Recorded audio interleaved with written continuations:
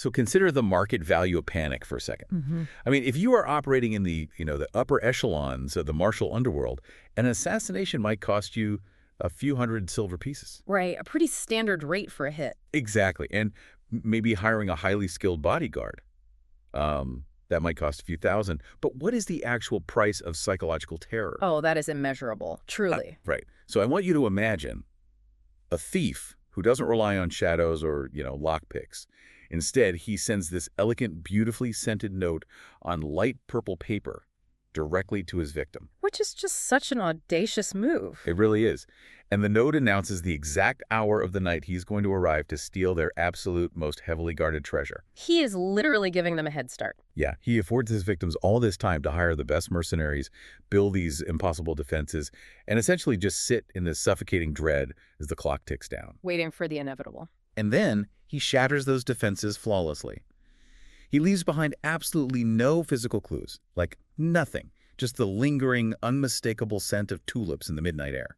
It really is a profound manipulation of expectation. I mean, the conventional architecture of a heist relies entirely on the element of surprise, Yes. But by deliberately removing that element, the thief transforms a simple burglary into, well, a psychological siege. A siege of the mind. I like that. Exactly.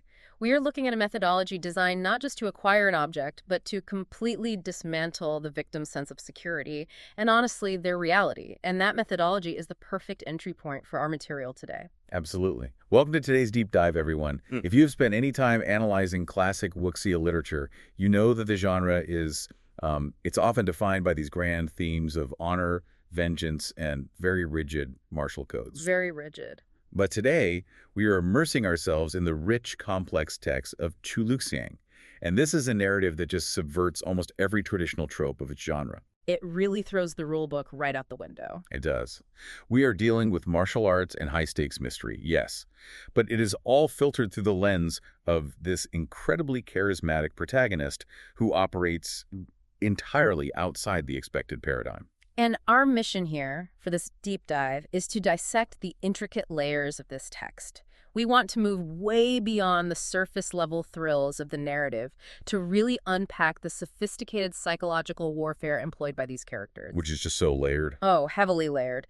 We will be analyzing the mechanics of a literal locked-room murder mystery that unfolds on the high seas. Which is an insane setting for that kind of mystery. It is brilliant, and perhaps most fundamentally, we are going to trace this recurring, pervasive theme that anchors this entire world, and that is the concept of masks. Right, masks. Both literal and figurative. Exactly. We will look at literal disguises, metaphorical facades, the heavy burden of hidden identities, and really what happens when the mask you wear begins to overwrite the person beneath it. Man, that is such a compelling question. So to begin, I think we need to examine the man orchestrating that psychological siege I mentioned earlier. His name is Chu Liuxiang. The one and only. Right. And he is known throughout the martial underworld as the Bandit Chief or the Fragrance Marshal. Both incredible titles, by the way. They really are. But when you attempt to profile him, you immediately hit this massive wall of contradictions. Oh, a total paradox. Yeah, because he is recognized globally as this master thief, but his operational code strictly forbids taking a human life. He absolutely will not kill. Never. And he orchestrates these massive thefts, but he targets only the hoarding, corrupt elite.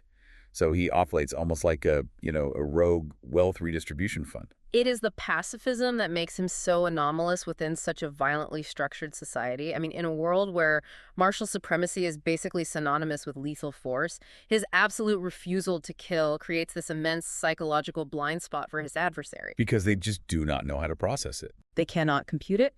And furthermore, his defensive and evasive martial arts, his Qinggong or lightness skill, it is developed to such a profound, unfathomable degree that no one has ever been able to force him into a lethal corner. He's basically untouchable. Precisely. He has never been defeated simply because no one can catch him.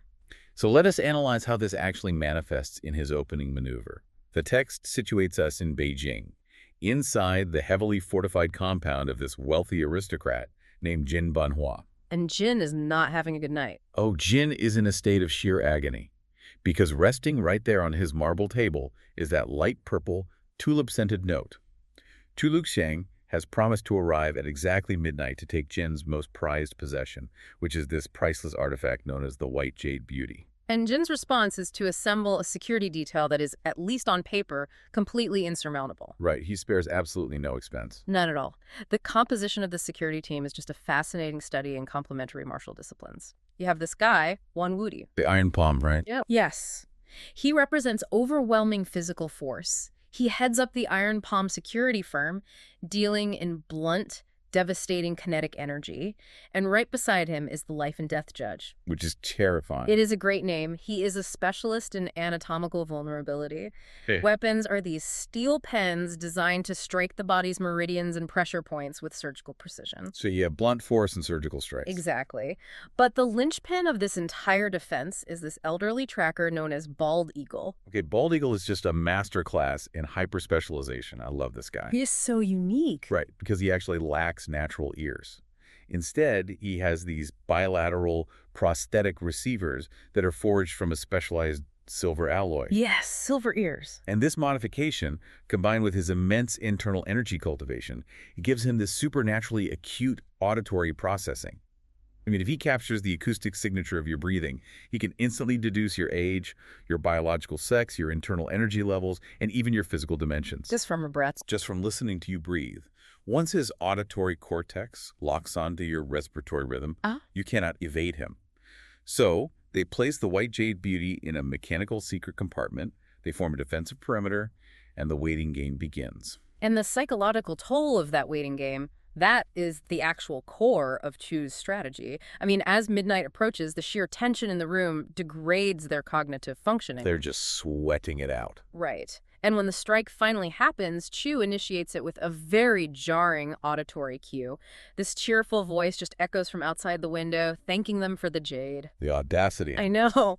The guards look out into the pitch-black darkness, and they see this large silhouette holding what appears to be a 3-foot jade sculpture. So the immediate reaction in the room has to be this profound cognitive dissonance, right? Because they know that the real jade is locked in the compartment right next to them. Exactly. But Bald Eagle, relying entirely on his absolute confidence in his hyperhearing, he recognizes the figure outside as just a decoy, and he pivots immediately toward the secret compartment.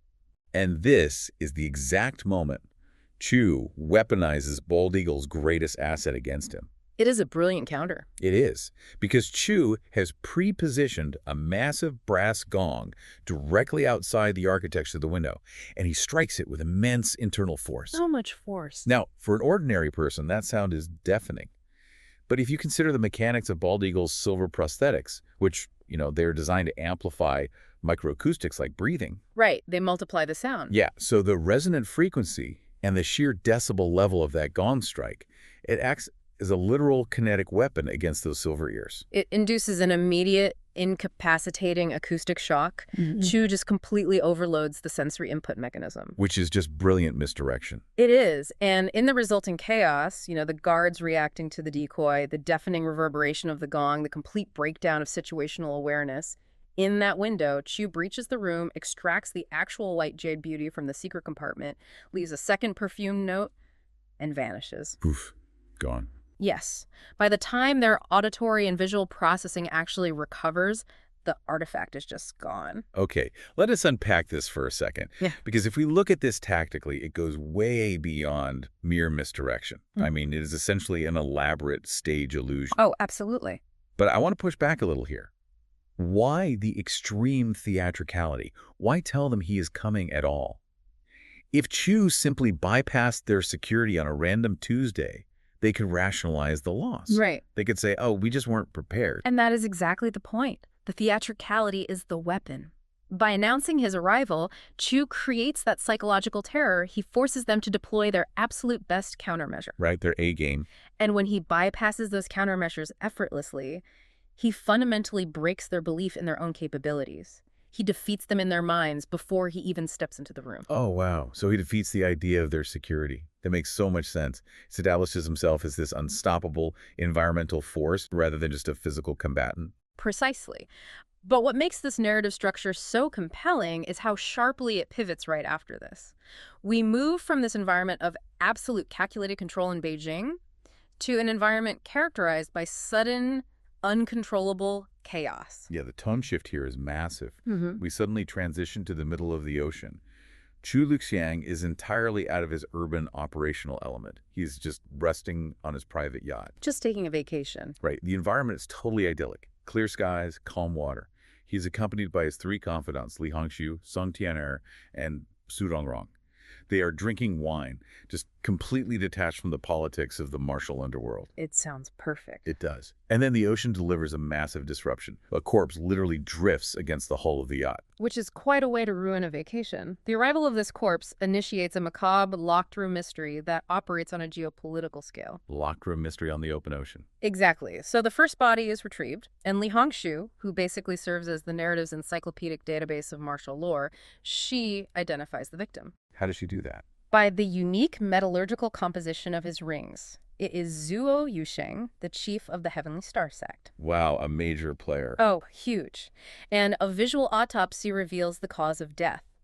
He has a highly specific, fatal handprint seared directly into the tissue of his chest. Okay, and that handprint is the hallmark of the cinnabar palm technique, right? Yes, it is. And for those of you analyzing the mechanics of wuxia combat out there, the cinnabar palm is not just a concussive strike. It is an internal, thermal, and kinetic transmission. It is brutal. Yeah, it bypasses the skeletal structure entirely to induce catastrophic hemorrhaging right in the cardiac tissue. But the catch is, the cinnabar palm is the closely guarded technique of an entirely different faction. Right, which immediately implies a political assassination. Exactly. But before they can even begin to analyze the fallout of a cinnabar palm master assassinating the Heavenly Star Chief, a second corpse floats into view. Just drifting on by. Yeah. And the second victim is Shimin Qian, who is an elder of the Cinnabar Palm sect itself. Yeah. And the wound pathology here is entirely different. His throat has been perforated by an incredibly narrow, specialized blade trajectory. Let me guess. Another signature move. You got it. This specific wound profile is instantly recognizable as the signature technique of the Hainan sword sect. So we are witnessing a chain reaction. Zhu is killed by Heman's palm. Shimin is killed by a Hainan blade. And the chain just keeps continuing. A third corpse arrives. This one is identified as Ling Jiuzi, who is a prominent master of that very Hainan sword set. It is like a violent domino effect. It really is. And the fatal wound on Ling Jiuzi is massive structural trauma. His skull has been cleaved perfectly in half by a weapon of immense weight and kinetic force. Which points to one specific person. Right. That kind of localized devastation belongs exclusively to a guy named Zgomo, known as the Desert King. And he wields this massive weapon called the Great Wind Blade. So the logical progression here seems to form a closed loop of escalating retaliation, right? Zuo, Shiman, Ling Jiuzi. Right, they're all just killing each other. But the pattern is completely broken by the fourth corpse. They pull Zhemue, the Desert King himself, from the water. Okay, so who killed him? Well, he does not bear a weapon wound at all. His physiological state, he has severe edema, extreme tissue discoloration, catastrophic cellular breakdown. It all indicates poisoning. Poisoning. And Chu recognizes the specific pathology immediately. Zumuhi was killed by a substance known as the Heaven One Divine Water. Which is the mythic, heavily guarded proprietary toxin of the Heaven Water Palace. Exactly. Now, to help you understand the mechanics of this substance, think of it less like a traditional venom that attacks the nervous system and more like, honestly, like weapons-grade plutonium. That is a great analogy. It is a hyper-refined, heavy water concentrate. A single drop carries the molecular density and weight of 300 buckets of normal water. Which is physically impossible, but terrifying. Right. Wuxia physics. It doesn't poison the blood. It induces immediate catastrophic osmotic shock. It literally pulls surrounding cellular fluid inward until the cells themselves detonate from the internal pressure. The introduction of the divine water elevates this mystery from a simple territorial dispute to an absolute impossibility. I mean, 4 grandmasters, isolated by geography and martial philosophy, have apparently died in a circular pattern of mutual destruction. Terminating with a substance that is theoretically impossible to acquire. Exactly. And the orchestrator of this whole morbid tableau attempts to tie off the final loose end by sending a 5th corpse drifting toward Chu's yacht. Yeah, let's talk about the 5th corpse. It is a young woman, and she is dressed in the ethereal, highly specific gauze uniform of a Heaven Water Palace disciple. Which is very distinct. Very. But her arm has been severed, and the wound perfectly matches the heavy kinetic trauma of Zamui's Great Wind Blade. So the narrative the killer is trying to construct is laid out perfectly. Right. The story they want you to see is this. This rogue disciple stole the divine water, she poisoned the desert king, and in his final moments of life, he struck her down. A perfectly sealed, self-contained tragedy. No loose ends. The architecture of that false narrative is actually brilliant. The mastermind relies on the inherent tribalism of the martial sects. What do you mean by that? Well, if a passing merchant or a rival sect found these bodies, they would see the signature wounds, they would assume a violent dispute over a hidden treasure or an old grudge, and they would just accept the mutual destruction at face value. Because that is how the martial world operates. Right. No one would look for an external orchestrator because the physical evidence actively discourages looking outside that specific circle of victims. It's the perfect frame job. But the mastermind's fatal flaw was miscalculating the ocean currents. Chu Liuxiang intercepted the bodies first. Which ruins the whole plan. It really does. And the situation escalates instantly when the yacht's perimeter is breached. A living emissary from the Heaven Water Palace, a woman named Gong Nanyan, somehow bypasses all of Chu's security measures and just appears in his cabin. Her presence alone indicates a terrifying level of stealth and capability. Seriously. And she delivers an ultimatum. She formally accuses Chu Liuxiang of infiltrating the palace and stealing the divine water. And honestly, her logic is entirely sound based on the parameters of her reality. How so? Well, the Heaven Water Palace is considered completely impenetrable. In her mind, the only human being capable of bypassing their security without triggering an alarm is the legendary bandit chief. Because he is the best thief in the world. Right. So Chu, maintaining his baseline operational calm, he brings her up to the deck to view the fifth corpse. He assumes she will identify the rogue disciple and realize the theft was just an internal betrayal. But this is where the deduction fundamentally shifts. Gong Nanyan looks at the dead woman in the gauze uniform and states unequivocally that she has never seen her before in her life. The dead woman is an imposter. Which completely flips the script. It really does. Chu's analytical engine just engages here. He thinks, okay, if the water was stolen and I didn't do it, and this dead girl isn't actually a disciple, the theft had to be facilitated from the inside. It is the only logical conclusion. Right. So he interrogates Gong Nanyan's assumptions. He asks if there have been any recent anomalies in the palace's internal structure. Specifically, he asks about any sudden suicides among the disciples. Because Chu understands that an impenetrable fortress cannot be breached from the outside. The door absolutely must be opened from within. And Gong Nanyan's reaction basically confirms his hypothesis. Yeah, she admits, with very obvious shame, that a highly virtuous, dedicated disciple recently took her own life after discovering she was pregnant. So Chu takes all these data points and synthesizes them into the true narrative. He outlines the psychological profile of the mastermind. This isn't just a martial arts powerhouse. This is a charismatic sociopath. A total predator. Exactly. The mastermind infiltrated the emotional defenses of the young disciple, seduced her, and basically weaponized her devotion. He convinced her to secure a few drops of the divine water, and once he possessed the asset, he just abandoned her. Which precipitated her suicide. Right. And then he orchestrated the massacre of the four masters on the ocean, dressed an innocent girl in stolen palace robes, mutilated her, and set the bodies adrift to create that illusion of mutual destruction.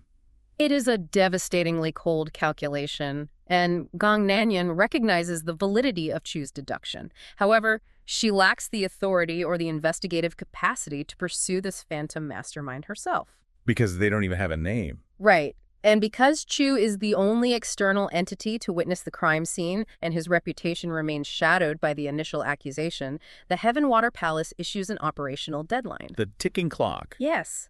Chu has exactly 1 month to uncover the true identity of the mastermind, recover the remaining divine water, and clear his name. Or else. Or face the mobilized lethal wrath of the entire Heaven Water Palace. Okay, so the transition from the isolation of the ocean back to the mainland requires a massive shift in Chu's methodology. He obviously cannot investigate a conspiracy of this magnitude as the famous fragrance marshal. Everyone would see him coming. He would be a walking target. Right. He requires an access vector into the criminal and political elite of Jinan, which is the city where the Cinnabar Palm sect is headquartered. And this brings us back to our core theme, the deployment of masks. Yes, the disguises. Because Chu does not merely put on a disguise, he inhabits a fully engineered persona. The psychology of his disguise system is truly remarkable. He accesses his mental vault of identities and selects Persona 113. Which implies there are at least 112 others. Exactly. Just consider the mental architecture required to maintain over 100 distinct, fully fleshed out identities, complete with backstories, speech patterns, and physical tics. It's staggering. It is. So Persona 113 is Zhang Xiaolin. Yeah. And Zhang is this phenomenally wealthy, abrasive ginseng merchant from the frigid northern provinces. And his physical commitment to the mask is absolute. He wears this ostentatious purple silk, adopts a coarse, booming vocal register, and he constantly rotates 2 heavy iron spheres in his hand. Clack, clack, clack. Which is such an annoying habit. Oh, it is designed to be. It is a brilliant, counterintuitive stealth mechanic. Think about it. If you want to remain unnoticed in a high society setting, you don't skulk in the corners where security is actively looking for spies. Right, because that is suspicious. Exactly. You make yourself the loudest, most obnoxious, undeniably wealthy focal point in the room. You become a fixture that people want to appease, not investigate. Hiding in plain sight by being impossible to ignore. I love it. So he takes this persona directly into the Kuai Hall, which is the most exclusive gambling syndicate in Jinan. Run by a very dangerous man. Right. It is managed by Leng Qihun, who is a senior executive in the Cinnabar Palm sect. Chu desperately needs intelligence regarding the dead master, Ximen Qian. But Leng is insulated by layers of security and VIP protocols. So Chu has to buy his way in. And he does. To bypass this, Q weaponizes the economics of the martial underworld.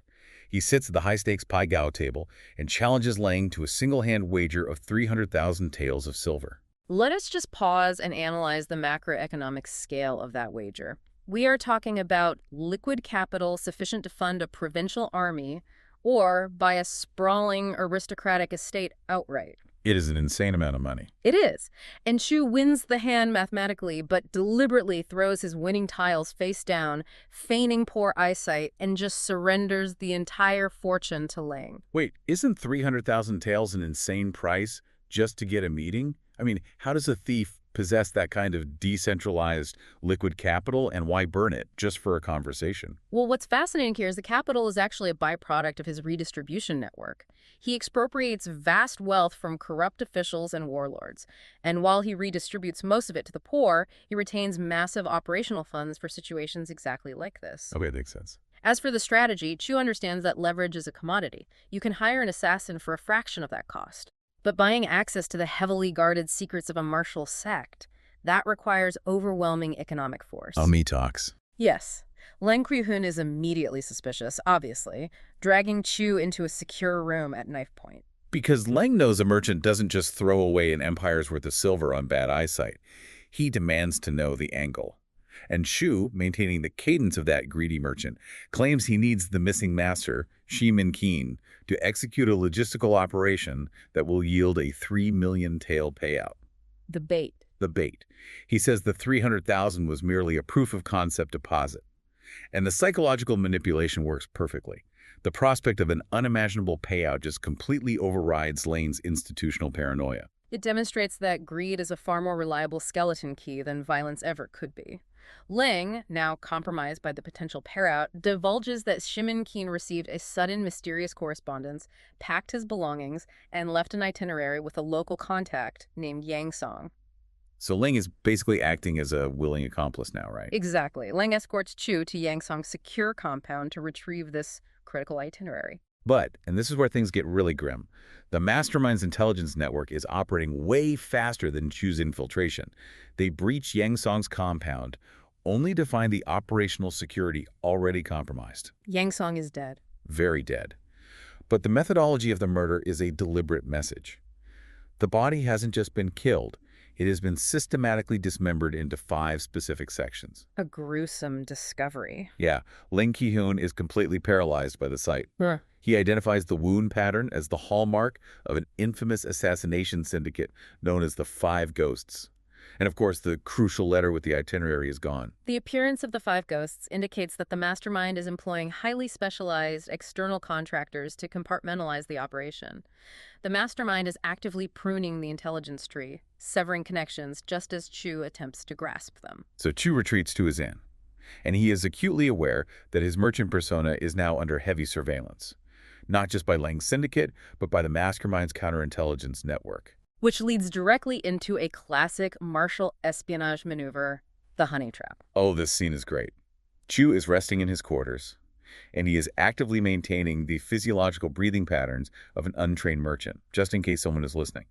Such attention to detail. Always. Then the perimeter is breached.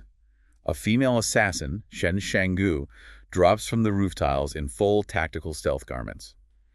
But she realizes her infiltration has been detected almost instantly. So she adapts. Right. She seamlessly transitions strategies. She sheds the stealth gear, adopts this persona of absolute vulnerability, and attempts to seduce him, claiming she was a gift from the casino management. The tactical pivot from infiltration to seduction is pretty standard tradecraft. If you cannot bypass the target's physical security, you try to bypass their psychological security through intimacy. Makes sense. Her objective is data extraction. She needs to ascertain the exact nature of Chu's private conversation with the casino boss. However, her critical failure here is relying on the assumption that Persona 113 is a reality. Right. She thinks she's manipulating Zhang Xiaolin. Exactly. She attempts to manipulate a mask.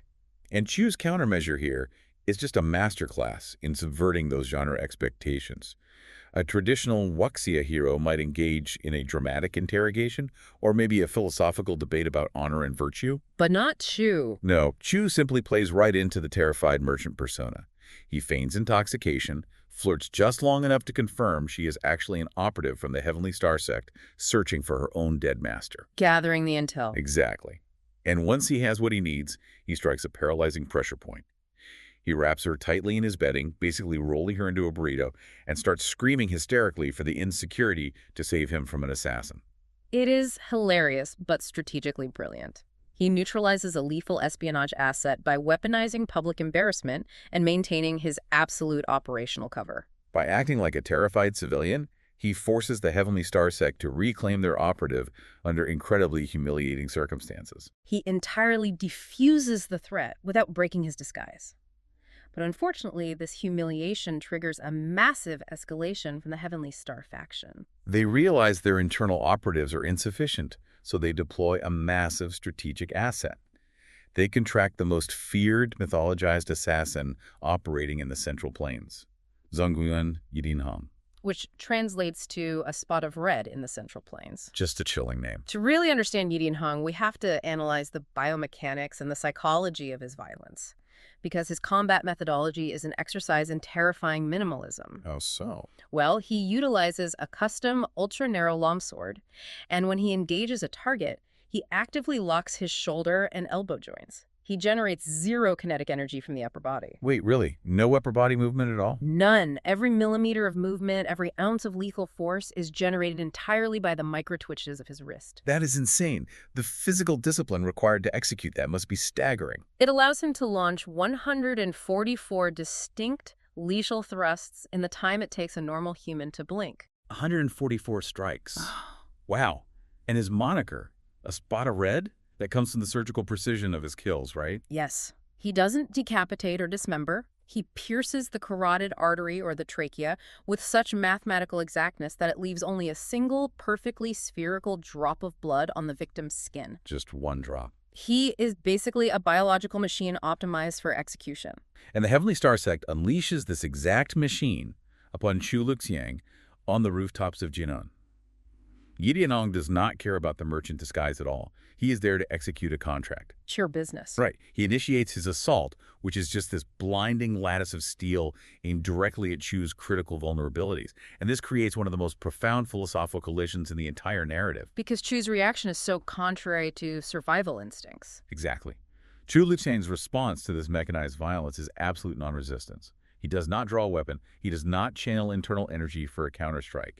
He literally places his hands casually behind his back and relies entirely on his Qinggong evasion. Just dodging.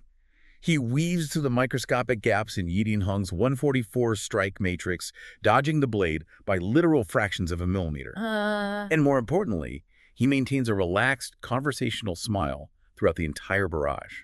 Which is just so infuriating for an assassin. This nonviolent evasion completely shatters Yidinhong's operational paradigm. I mean, Yidinhong's entire reality is predicated on the binary of killing or being killed. Right. That is his whole world. So when he encounters an entity that refuses to participate in that binary, an entity capable of effortless survival without the need for reciprocal violence, his internal logic simply fails. He crashes. He halts the execution completely. He deduces the truth instantly. Only the legendary fragrance marshal possesses the internal cultivation and the psychological detachment to smile while navigating a localized storm of lethal steel. And the Heavenly Star disciples, who are observing all this from the street, they demand that Yi Dianhong fulfill the contract and kill the bandit chief. Which goes over very poorly. Yeah, Yi Dianhong's reaction reveals this rigid, warped honor code governing his existence. He looks at his employers with utter disdain and states, "I sell my sword, not my soul." It is a powerful statement. It really is. He recognizes Chu as an artist of survival, just as he is an artist of death. He completely refuses to commercialize the destruction of such an opponent. Right. He declares that if he ever kills Chu Liuxiang, it will not be for silver. It will be to test his own limits. So we are basically seeing the mask of the cold, mechanical killer crack. Exactly. Yan Yanong realizes his craft is incomplete when measured against Chu's pacifism. He abandons the contract, but the psychological obsession with the challenge really takes root. He cannot let it go. No, he tracks Chu to the misty shores of Deeming Lake later that night, seeking a duel stripped of financial motivation, a pure test of ideological and martial supremacy. And the atmosphere at the lake is just heavy. It is pregnant with the anticipation of this ultimate clash. But the environment intervenes. Drifting across the water, cutting through the fog, comes the sound of a 7-stringed lute. The music. Yeah. The musician is a monk named Wu Huo, who is an ascetic friend of Chu's. And the melody Wu Huo plays is described as profoundly melancholic, steeped in themes of fallen dynasties, existential despair, and inescapable trauma. Now, for Chu Liuxiang, the music is just a beautiful, if sorrowful, aesthetic experience, but we must consider the psychological architecture of an assassin like Yi Dianhong. Right, he is not built for aesthetics. Exactly. To execute his flawless, emotionless wrist strikes, he must brutally repress his own humanity. He has spent a lifetime internalizing trauma, burying empathy, and hardening his psyche. So the music is dangerous for him. It is a psychological skeleton key. The sorrowful resonance of the lute bypasses his cognitive defenses and directly strikes that repressed trauma. And the result is completely catastrophic. The disciplined, minimalist executioner we saw on the roof just completely fractures. Yi Dianhong loses his mind. He breaks. He really does. He screams, abandoning all technique, and starts swinging his sword with wild, uncontrolled, suicidal ferocity.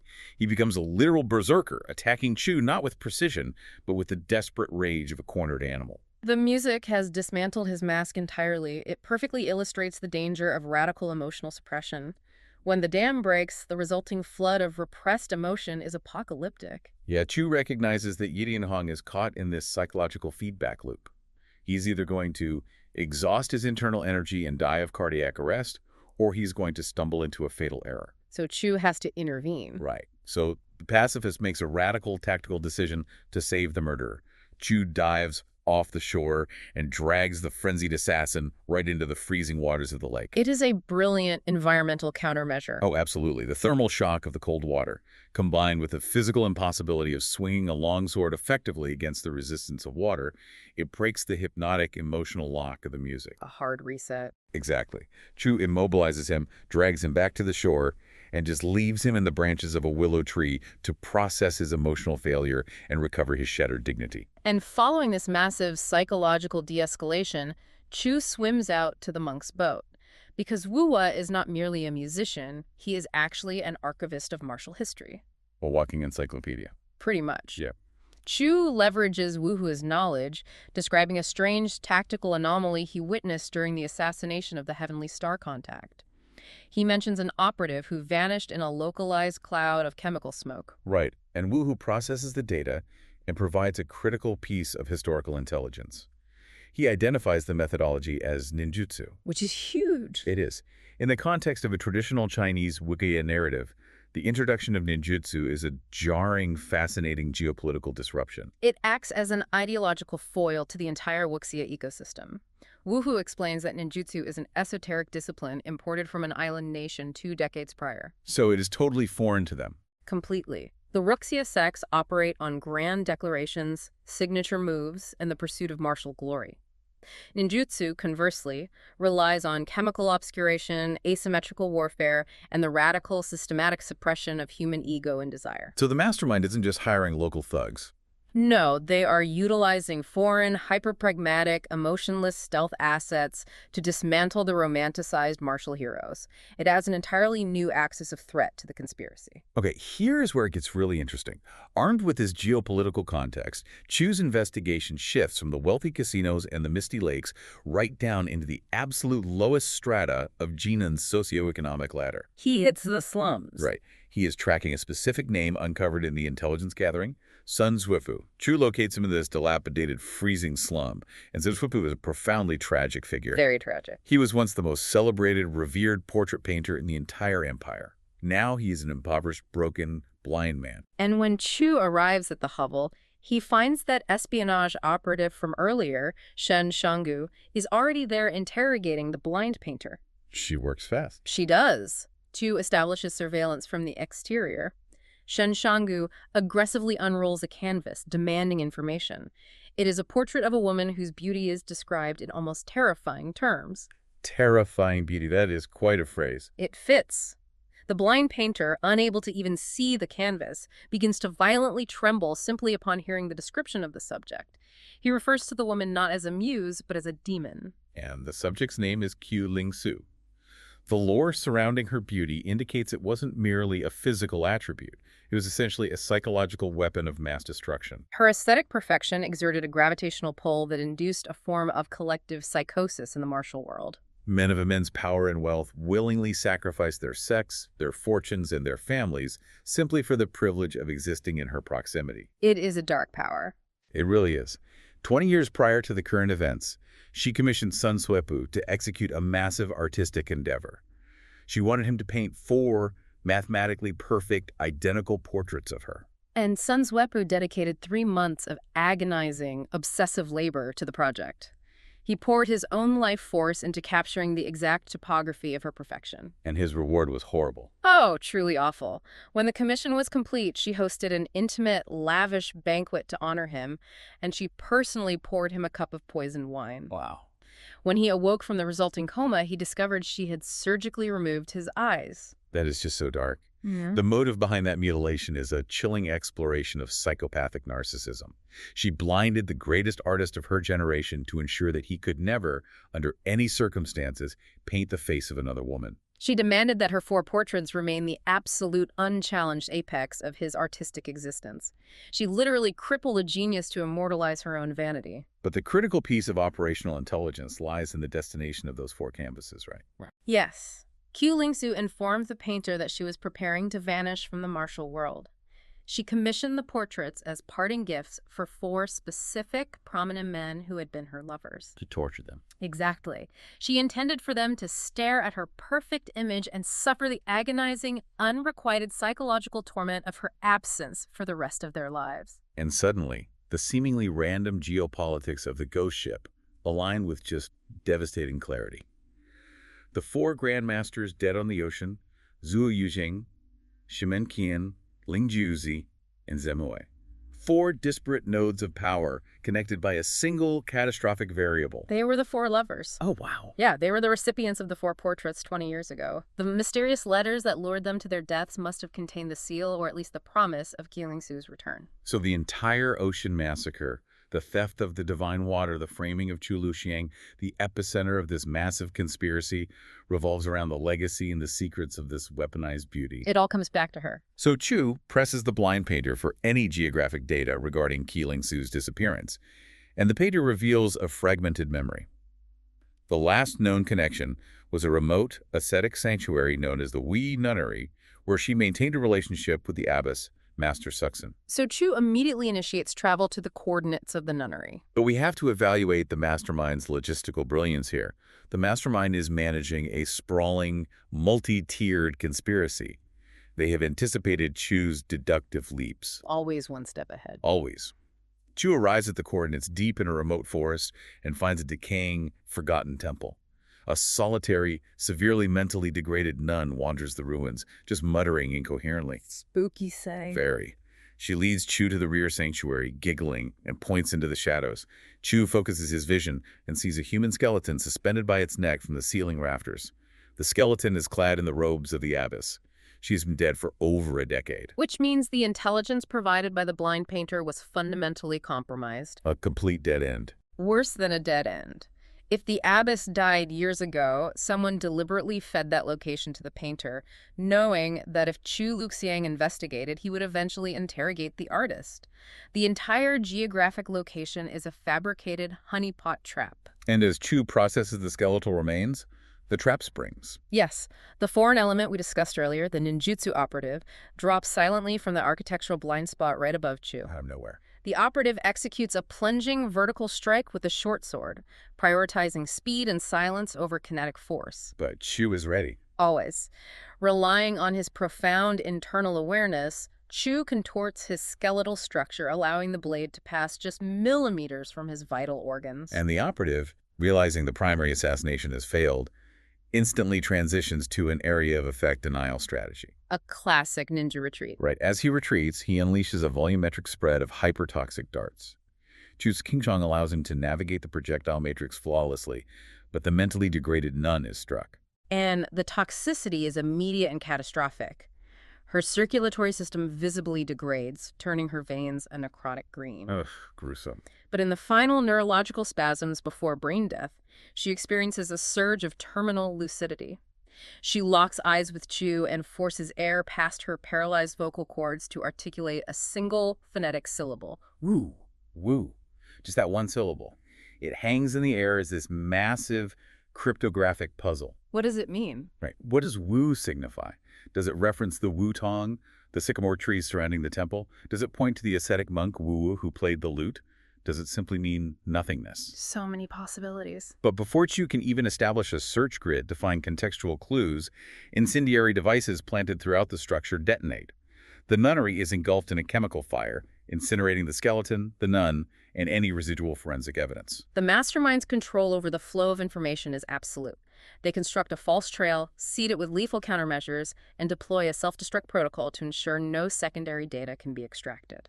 They are actively burning the bridge while Chu is literally standing on it. Exactly. Faced with a complete destruction of the crime scene, Chu is forced to retreat to the urban center of Jinan, returning to the Kauai Hall Casino, hoping the syndicate chatter has generated a new lead. But when Chu, who is still operating inside his obnoxious merchant mask, when he pushes through the doors of the casino, he finds the environment radically altered. The vibe has completely changed. Totally. The chaotic noise of high-stakes gambling has been replaced by terrified silence. The perimeter guards and the hardened syndicate bosses are all backed against the walls. And in the center of the gaming floor stands an entirely new variable.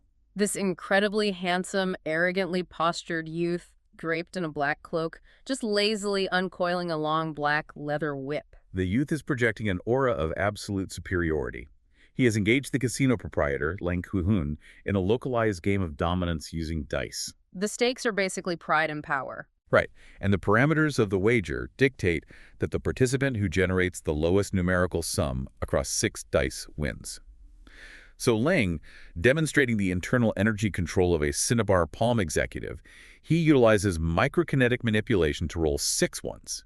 A total sum of 6. Exactly. And within the standard confines of physics and probability, this is the floor. It cannot be beaten. But the youth approaches the table to demonstrate that his reality operates on entirely different physical laws. He does not touch the dice with his hands. He executes a hyper-accelerated snap of his whip. The precision is crazy. Oh, it is. The kinetic wave travels down the leather, and the tip of the whip snatches all 6 dice from the velvet surface simultaneously. The whip fires the dice like ballistic projectiles directly into the solid, load-bearing wooden pillar of the casino. And the precision is terrifying. The dice embed themselves deep into the wood grain, perfectly stacked along the z-axis, boring a single tunnel. Because they are stacked flawlessly behind one another, only the uppermost face of the final die is visible to the room. And it displays a single pip. Right. By altering the spatial orientation of the dice, the youth has mathematically generated a score of 1. The syndicate boss is humiliated, utterly outclassed by this display of spatial geometry and kinetic force. But this is the exact moment Chu Liuxiang decides to intervene, leveraging his merchant persona's supposed ignorance. Chu loudly demands to play. He scoops up a new set of 6 ivory dice, but he doesn't throw them at the wall. He gently tosses them in a tight cluster, straight up into the air above the table. And what follows is a demonstration of internal alchemy that frankly borders on the miraculous. Chu projects his Qinggong, his internal key, into the airspace surrounding the dice. He creates microscopic, localized pressure differentials that force the dice to accelerate and collide with each other in midair. Clack, clack, clack. The collisions are driven by such immense focused kinetic energy that the ivory structure of the dice just fails completely. They are pulverized. They undergo rapid disassembly in midair. That is a polite way of saying they turn to dust. By the time gravity reasserts control, there are no dice left to hit the table. Only a fine, glittering cloud of ivory dust that settles onto the felt. 0 points. Chu mathematically obliterates the youth's impossible score. It is an overwhelming assertion of dominance without a single aggressive movement. But the youth, his ego severely bruised, initiates combat anyway. Of course he does. He launches an offensive relying on a highly complex technique known as flying rings. He doesn't strike with the tip of the whip. Instead, he manipulates the leather to create dozens of overlapping, cascading loops in the air. It sounds like a localized net of kinetic energy. Exactly. It is designed to snare limbs and sever arteries. Now, to an untrained observer, the airspace is a lethal, inescapable web. But Chu Liuxiang processes the combat geometrically. He casually reaches over to a fortune-telling cylinder and grabs a handful of thin bamboo divining sticks. Just random sticks. Yeah, as the chaotic loops of the whip close in on him, Chu tosses the bamboo sticks with the casual ease of a man feeding pigeons. But the mechanics of those tosses are mathematically perfect. You see, a whip relies on a continuous wave of momentum traveling along its length. By throwing a rigid geometric object, the bamboo stick, precisely through the empty center of an expanding loop, Chu creates an obstruction. Oh, that makes sense. As the loop attempts to contract or travel, the leather wraps around the rigid bamboo. The wave of kinetic energy is instantly grounded. The momentum dies, the loop collapses, and the stick clatters harmlessly to the floor. Chu neutralizes a complex, lethal weapon system using basic physics and party tricks. The youth, realizing his weapon system has been mathematically dismantled, he just snorts in frustration and storms out of the casino, his cloak billowing behind him. Chu stands amidst the fallen bamboo sticks, victorious. But the narrative layers the genius of this scene perfectly, because from the architecture above, Zongun Yidian-hong, the assassin whose ideology was shattered by the loot, drops down to the casino floor. Oh, right, he has been watching. Yidian-hong has been running surveillance. He approaches the localized combat zone and uses the tip of his narrow sword to flip over several of the bamboo sticks Chu dropped. Embedded deeply into the wood of the bamboo are tiny, hyper-lethal, poison steel darts. Where? So the realization shifts the entire context of the encounter.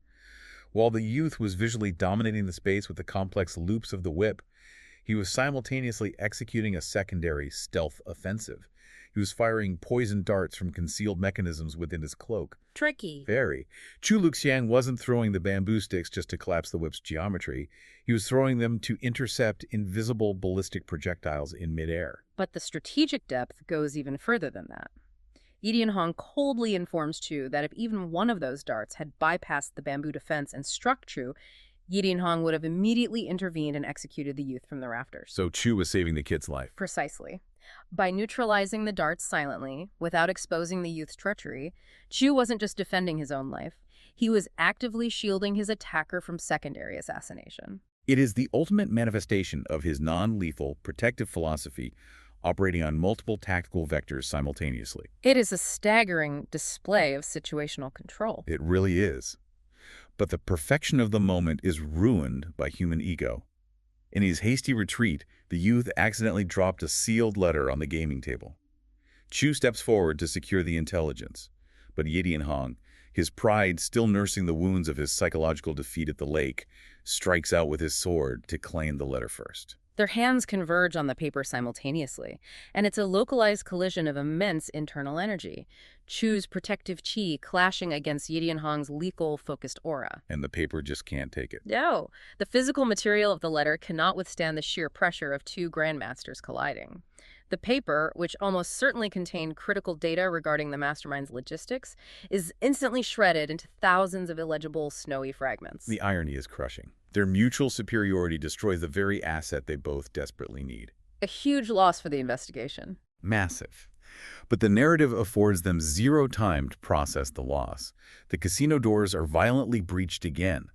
The floor is suddenly flooded with a literal carpet of 20 highly venomous, aggressive vipers, their scales hissing against the floorboards. Things just keep escalating.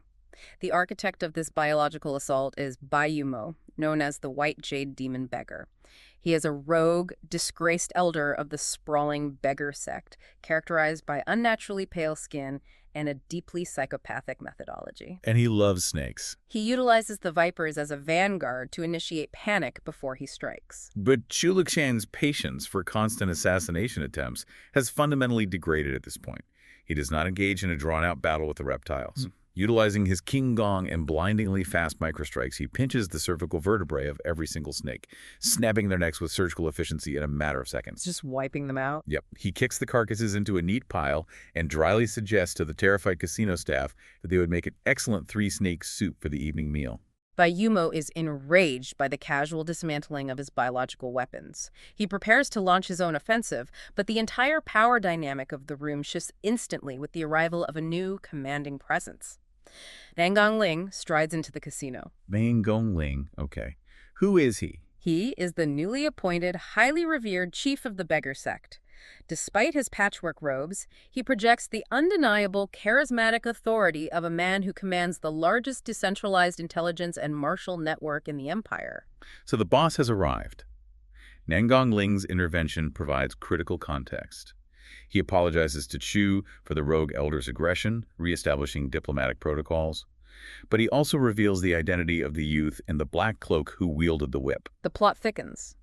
The youth is a high-tier infiltrator who recently breached the beggar sect's core headquarters and extracted highly sensitive proprietary artifacts. Nangang Ling is actively hunting him down to contain the breach. Bai Yumo recognizes that his political capital has completely evaporated. Surrounded by the Fragrance Marshal, the deadliest assassin in the Central Plains, and his own reigning chief, he is trapped. So what does he do? Acting purely on survival instinct and malice, he bypasses all protocol and launches a desperate, lethal surprise attack directly at Chu Liuxiang, unveiling a terrifying piece of custom engineering, the soul-catching Rui Bowl. So what does this all mean for Chu? If you consider the mechanics of a traditional wuxia weapon, it relies on the user's skill. But the Rui Bowl relies on brutal, spring-loaded mechanics. Outwardly, it resembles an ordinary brass alms bowl carried by ascetic monks. But internally? Internally, it houses a high-tension recoil mechanism and a barbed mechanical steel claw, coated in the exact same necrotic green toxin that killed the nun. Bai Yumo triggers the release, and the claw fires out on a chain link, traveling at ballistic speeds directly toward Chu's sternum. And because the attack is launched at point-blank range during a diplomatic pause, Chu is caught entirely off guard. The poison talons are centimeters from breaching his ribcage. He cannot dodge. He cannot generate a kinetic shield in time. He needs a physical barrier? Exactly. He requires immediate physical matter to jam the mechanism. He reaches into his robes and extracts the only solid object he possesses. The portrait. Yes. The tightly rolled canvas portrait of the demonic beauty Qinggong, which he recovered from the blind painter. He thrusts the rolled canvas directly into the trajectory of the metal claw. The mechanism, designed to trigger upon impact, snaps shut violently. The poison steel talons punch through the thick canvas and wood, sinking deeply into the dense layers of the painting rather than Chu's flesh. The kinetic energy is fully absorbed. The weapon is jammed, hovering mere inches from Chu's heart. It is a moment of profound, localized relief. Chu breathes out, lamenting that the priceless, historically significant portrait of the beauty has been ruined by the toxic claw. But then something bizarre happens. Right. Bai Yumo, realizing his assassination attempt has failed and his execution is imminent, retracts the chain. He looks down at the canvas, snared in the grip of his weapon. He looks at the impossibly beautiful face painted there. And then, Bai Yumo begins to laugh. And it isn't a chuckle. It is a harsh, incredulous, mocking laugh that echoes through the silent casino. Chu is genuinely confused. He asks what could possibly be humorous about failing an assassination and destroying a legendary artifact. Bai Yumo sneers at him. the venom just dripping from his words. He says, "You are the greatest thief in the world. You steal a portrait of the beggar sect chief's wife, and you don't even know who she is." And Chu's cognitive architecture just freezes. He Yeah. looks at Bai Yumo and says, "What are you talking about? That is a portrait of Qu Lingsu, the peerless beauty who vanished 20 years ago, leaving a trail of madness and mutilated painters in her wake." And this is where Bai Yumo delivers the seismic shockwave that shatters the entire foundation of the narrative. He spits on the floor and says, "Qu Lingsu. I have never heard of any Qu Lingsu. That is a precise, perfect portrait of Ye Shuzhen, the highly respected, morally unimpeachable, grieving widow of our late revered beggar sect chief, Ren Shi." Oh, the sociological and narrative implications of this revelation are just staggering. All the seemingly disparate pieces, the locker room murders on the ocean, the stolen divine water, the ninjutsu assassins, the blinding of the painter, They all fit together. they immediately lock into a terrifying, cohesive structure. The ultimate femme fatale, the demonic beauty who destroyed the lives of the martial elite, did not retreat to a nunnery to die in obscurity. No, she pulled off the greatest heist in the history of the martial underworld. She stole her own identity. She faked her disappearance, completely eradicated her past persona, adopted the alias of Ye Shuzhen, and fabricated a background of absolute, unquestionable virtue. The perfect crime. And she then utilized that flawless facade to marry Ren Shi, the most powerful, politically insulated man in the martial arts world. She hasn't been hiding in a cave. She has been hiding at the absolute apex of the socio-political pyramid for 2 solid decades. If you analyze the motive for the current conspiracy, it becomes brilliantly clear right here. Her past is a radioactive secret. If the global martial community discovered that the revered saintly widow of the beggar sect was actually a sociopathic manipulator who ruined countless lives, the ensuing scandal would physically tear the beggar sect and the martial world apart. It would be chaos. Total chaos. Therefore, someone, either Qu Lingsu herself or a mastermind fiercely protecting her new reality, has initiated a systematic, ruthless purge. They are methodically assassinating every single living human being who possesses the knowledge or the portraits to connect Ye Shuzhen to Qu Lingsu. The scale of the deception is just breathtaking. It completely recontextualizes our entire deep dive today. I mean, we initiated this analysis tracking a flamboyant gentleman thief who announced his heists with tulips. We transitioned into a geopolitical forensic investigation of dead grandmasters bobbing on a ghost ship. We covered a lot of ground. We explored the macroeconomic manipulation of gambling syndicates, dissected the physics of whip and bamboo combat, and witnessed the psychological breakdown of the ultimate assassin. And all of it, every single violent and chaotic event, was simply the fallout of a single woman attempting to bury her history. And that brings us to the final synthesized thought I want to leave with everyone today. We established at the very beginning that our core theme was the deployment of masks. Let's review the architecture of those masks for a second. Let's do it. Chu Liuxiang utilizes literal physical disguises, adopting the loud, abrasive persona of a merchant to manipulate the flow of intelligence without exposing his true operational capabilities. Zhongwen Yidianhong constructs a severe psychological mask of mechanized, emotionless lethality to suppress a fragile, deeply traumatized core that shatters at the mere resonance of a sorrowful melody. Right. They're utilizing artificial constructs to navigate and survive within a fundamentally lethal environment.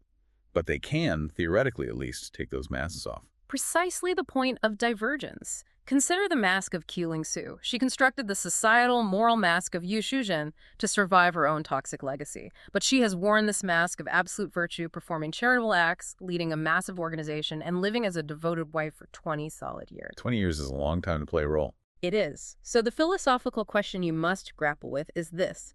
In an ecosystem where survival demands deception, what happens when the duration of the performance exceeds the duration of the original reality? If you perform the role of a saint flawlessly for 2 decades, are you still the demon who gouged out a painter's eyes? Wow. Does the mask eventually fuse with the bone, becoming the true face? Or is the original darkness always waiting, preserved perfectly beneath the porcelain? Man, that is an incredibly heavy, lingering concept to process. And I think it perfectly encapsulates the psychological depth of Golong's world. I want to thank you for dedicating your time to join us on this extensive deep dive into the paradoxes and the lethal mysteries of Chu Liuxiang. It was a fascinating journey. We really hope the mechanics, the physics, and the sociology we explored today provided a new lens through which to view these classic narratives. Keep interrogating the structures of the stories you consume. Because, as we've learned today, the thief who warns you exactly when he is coming might just be the most honest entity in the room. Because the real monsters are hiding in plain sight. Exactly. It is the ones hiding behind a mask of unimpeachable virtue that possess the capacity to burn the world down. Until our next deep dive.